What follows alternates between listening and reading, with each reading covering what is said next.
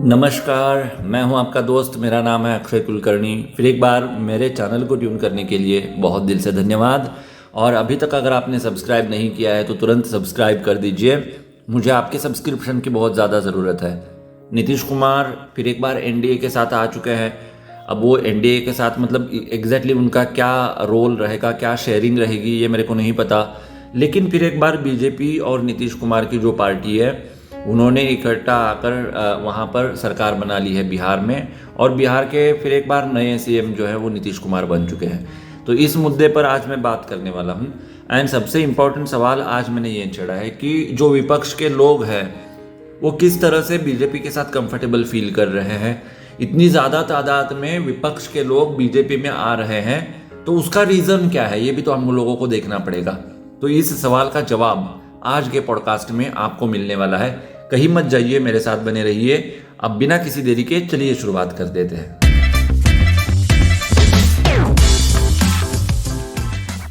तो जैसे मैंने आपको बताया कि नीतीश कुमार बीजेपी एक साथ में आकर वहाँ पर बिहार में सरकार तो ऑलरेडी बन चुकी है।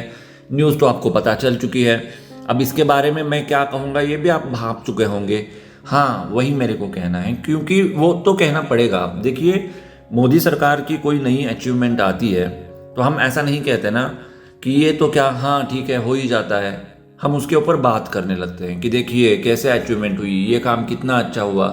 जितनी बार अचीवमेंट होती है उतनी बार हम बोलते हैं। वैसे ही जितनी बार मिस्टेक होगी उतनी बार बोला जाएगा। तो इसलिए इस बार भी इस टॉपिक के ऊपर बोलना ये बहुत ज़्यादा ज़रूरी हो जाता है। सवाल यह है कि विपक्ष के लोग इतने उतावले क्यों हैं बीजेपी में आने के लिए, बीजेपी में शामिल होने के लिए।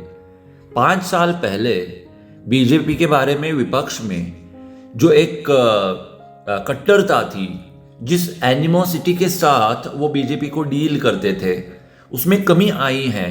क्या आपने ये नोटिस किया है? और अगर कमी आई है तो एग्जैक्टली क्यों कमी आई है, उसका रीज़न क्या है? इन चीज़ों के बारे में आज हम लोगों को बात करनी चाहिए। देखिए, नीतीश कुमार आ गए, वहाँ पर फिर एक बार सरकार बनी। भाजपा और नीतीश कुमार मिलकर उन्होंने सरकार बनाई, तो वहाँ पर फिर से वो सीएम बन गए। सब ये मतलब हो क्या रहा है हमारे देश में, इस चीज़ को समझना बहुत ज़रूरी है। जब तक हम इस चीज़ को नहीं समझते तब तक हम बीजेपी को समझ नहीं पाएंगे। कभी कभी क्या होता है, किसी चीज़ को अगर हम मान लेते हैं, टेकन फॉर ग्रांटेड लेते हैं, भरोसा रखते हैं, तो हमको लगने लगता है कि अगर उसने गलत किया है तो भी वो सही ही है। आपको नहीं लगता कि बीजेपी के साथ हमारा आजकल यही बर्ताव हो रहा है? जिस तरह से विपक्ष के लोग बीजेपी में शामिल हो रहे हैं, उससे बीजेपी की जो मूल विचारधारा है वो कहाँ पर जा रही है? क्या बीजेपी सच में एक राष्ट्रवादी पार्टी बनी रहना चाहती है? ये सबसे इंपॉर्टेंट सवाल है। क्योंकि एक बार हो गया, 2 बार हो गया, 3 बार हो गया, बार बार हो रहा है। इस बार जब नीतीश कुमार बीजेपी के साथ आए तो वो जब मीडिया के सामने आए थे, उनका बॉडी लैंग्वेज देखना भाई आप। यहां पर मैं आज कुछ क्लिप विप आपको नहीं दिखवाऊंगा, उनका बॉडी लैंग्वेज देखना। इट वॉज लाइक हो गया। वो गाना है ना, सैया जी के साथ मैंने ब्रेकअप कर लिया, उसमें क्या है, ब्रेकअप ही तो हुआ है, नया बनाएंगे फिर से। इतना कूल, इस एटीट्यूड के साथ ही नीतीश कुमार बात कर रहे थे। कह रहे थे कि नहीं बन रही थी बात इसलिए छोड़ दिया। मीम्स आ रहे थे फेसबुक के ऊपर, इंस्टाग्राम के ऊपर, कि पहले से अगर ऑफर लेटर हाथ में है तो जॉब छोड़ने का, रिजाइन करने का मजा कुछ और ही होता है। और ना जाने क्या क्या मीम्स आ रहे थे। तो जनता को किस तरह से इन लोगों ने बेवकूफ समझ के रखा है, इसका फैसला अगर जनता नहीं करेगी तो कौन करेगा?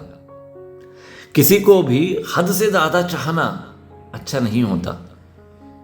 इस दुनिया में आप हद से ज्यादा किसी को चाहना चाहते हो तो वो सिर्फ राम हो सकते हैं, बाकी और कोई नहीं हो सकता। किसी पार्टी के लिए, किसी भी व्यक्ति के लिए, अक्षय कुलकर्णी हो, नरेंद्र मोदी जी हो, मोहन राव जी भागवत हो, कोई भी हो, आप हद से ज्यादा उनको नहीं चाह सकते।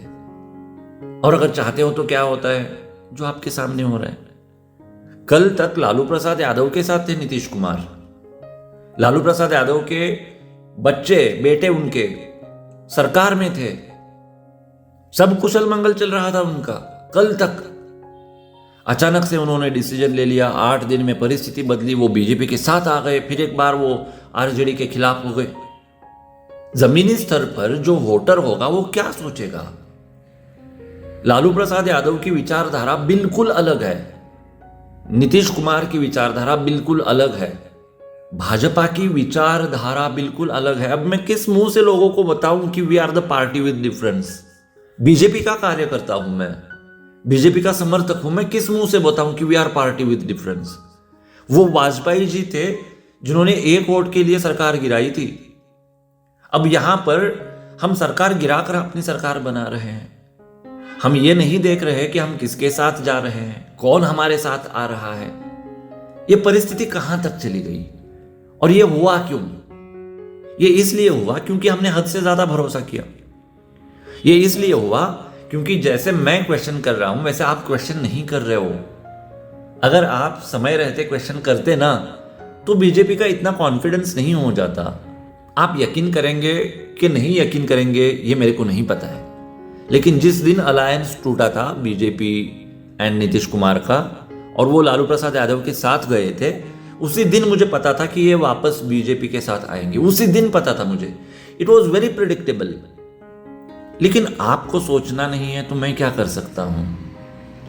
सोचना तो आपको ही पड़ेगा, मैं जस्ट बताने का काम कर सकता हूं। और ऐसे नहीं हो सकता। देखिए मूल सिद्धांत क्या है, वेद उपनिषद। एक तरह से मैं आपको बताना चाहता हूं, जो आरजेडी है वो वेद उपनिषद को नहीं मानने वाले लोग हैं।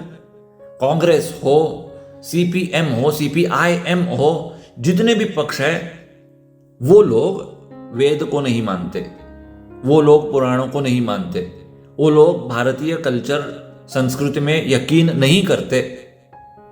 बीजेपी कहती है कि हम इन चीजों में यकीन करते हैं, हम इन चीजों को मानते हैं। अच्छा ठीक है, तो उन लोगों के साथ क्यों काम कर रहे हो? वो तो आपके बिल्कुल विपरीत है। अब आरजेडी के उस सांसद ने कहा था ना आपको कि नहीं, मेरे को वो कोट भी नहीं करना है, जाने दो। अगर आपको जानना है तो आप थोड़ा ये करके देख लो, यूट्यूब आपको पता चल जाएगा। तो इतने घटिया लोग हैं, आप उनके साथ क्यों जा रहे हो? आप नहीं जा सकते उनके साथ। और यही अगर सामान्य नागरिक करेगा तो हम 100% उसको डांटेंगे, लेकिन यहां पर हम ऐसा नहीं कर रहे हैं और वो मेरे पीड़ा का विषय बनते जा रहा है। समझ रहे हो आप मैं क्या बोलना चाहता हूं? मैं आपको यही बताने की कोशिश कर रहा हूं कि बीजेपी बदल चुकी है। जिस बीजेपी के लिए हम काम करते थे, जिस बीजेपी के लिए जीने मरने के लिए हम तैयार खड़े रहते थे, वो बीजेपी नहीं रही भाई। वो बीजेपी पूरी तरह से बदल चुकी है। मेरे पुराने वाले स्टेटमेंट से याद करना, क्या कहा था मैंने? बीजेपी कांग्रेस में हो रही है, बीजेपी का रूपांतरण कांग्रेस में हो रहा है। और यही तो इस सवाल का जवाब है, प्रमाण है। हाथी कंगन क्या बोलते हैं मराठी में, कहते हैं हम हातच्या काकणाला आरसा कशाला। हाँ वैसे ये प्रमाण है। अब विपक्ष के लोग बहुत बड़ी तादाद में बीजेपी में आ रहे हैं क्योंकि उनको कांग्रेस में और बीजेपी में कोई फर्क महसूस नहीं हो रहा है। पहले के जमाने में जो विपक्ष के लोग हुआ करते थे, कांग्रेस विचारधारा के जो लोग हुआ करते थे, वो कहते थे कि ये जो बीजेपी पार्टी है ना, ये मतलब मराठी में उसको टर्म है अतिशहाणा, अतिशहाण्यांची पार्टी बोलते थे। उसमें जाके हम क्या करेंगे, वहां पे कुछ करप्शन करने को नहीं मिलेगा, कुछ खाने को नहीं मिलेगा। लेकिन आज वो कंडीशन नहीं है ना। आज आप कांग्रेस में हो, बीजेपी में हो, फर्क ही नहीं पड़ता। तो इसलिए आप आसानी से कांग्रेस छोड़कर बीजेपी में आ सकते हो। पहले के दौर में क्या होता था, अगर कोई पक्षांतर करके बीजेपी में आता था ना, तो वो बीजेपी के कल्चर के साथ मैच नहीं कर पाता था, वो बीजेपी में टिक नहीं पाता था। मान लीजिए आ गया, साल 2 साल 5 साल में फिर से चला जाता था। लेकिन आजकल ऐसा नहीं हो रहा। क्यों नहीं हो रहा? क्योंकि उनको कोई फर्क महसूस नहीं हो रहा ना, जो मैं आपको बता रहा हूं तब से। क्योंकि उन लोगों को कुछ फर्क महसूस ही नहीं हो रहा है ना, जो मैं आपको तब से बता रहा हूं कि बीजेपी का कांग्रेसीकरण हो रहा है। और यही उस बात का प्रमाण है कि हाँ, सच में बीजेपी का कांग्रेसीकरण हो रहा है। और इसलिए विपक्ष के लोग बहुत बड़ी तादाद में बीजेपी में आ रहे हैं। At the end of the day उनको क्या चाहिए? सत्ता। At the end of the day उनको क्या चाहिए? पद। तो वो कांग्रेस से मिले, बीजेपी से मिले, कोई फर्क नहीं पड़ता। और हाँ, बीजेपी के लोग कल असदुद्दीन ओवैसी के साथ सरकार नहीं बनाएंगे, इसकी क्या गारंटी है? आप मुझे बताइए। कल हम कांग्रेस के साथ ही हाथ मिलाकर सरकार क्यों ना बनाए? मतलब क्या ही बचा है अब? इतनी बड़ी तादाद में ये सब पक्षांतरण हो रहा है, कोई विचारधारा नहीं रही, कोई फिलॉसफी नहीं रही, कोई बंधन नहीं रहा। और ये जो सीमाएं लांघने का काम हो रहा है, यही हमारे लिए खतरे की घंटी है। इसके बाद भी अगर आपको लगता है कि नहीं बीजेपी बहुत बढ़िया है, अक्षय तुमको अकल नहीं है, तुम चुप बैठो घर में, पॉडकास्ट मत बनाओ, बीजेपी को गाली देना बंद कर दो, तो ठीक है भाई। देखिए, मैं आपका मुंह बंद नहीं कर सकता, मैं आपको समझाने की कोशिश कर सकता हूं। जो मेरे को समझ में आया है वो मैं आपके सामने रख रहा हूं। अगर आपको नहीं समझना है तो इट इज़ ऑल राइट, लेकिन फ्रीडम ऑफ एक्सप्रेशन है। जो मेरे को लगता है वो मैं बताते रहूंगा। मैं भगवान से, ईश्वर से प्रार्थना कर रहा हूं कि इस तरह की घटनाएं हमारे देश में हो कि मुझे मौका मिले कि मैं बीजेपी की तारीफ करूं, मोदी जी की, आरएसएस की तारीफ करूं। क्योंकि ऐसा नहीं हो रहा, आप काम ही ऐसा कर रहे हो कि मेरे को क्रिटिसाइज ही करना पड़ रहा है। अब नीतीश कुमार एंड बीजेपी एक साथ आ गए तो इसको मैं बीइंग ओरिजिनल बीजेपी क्रिटिसाइज ही करूंगा ना। तो इसका सोल्यूशन क्या हो सकता है?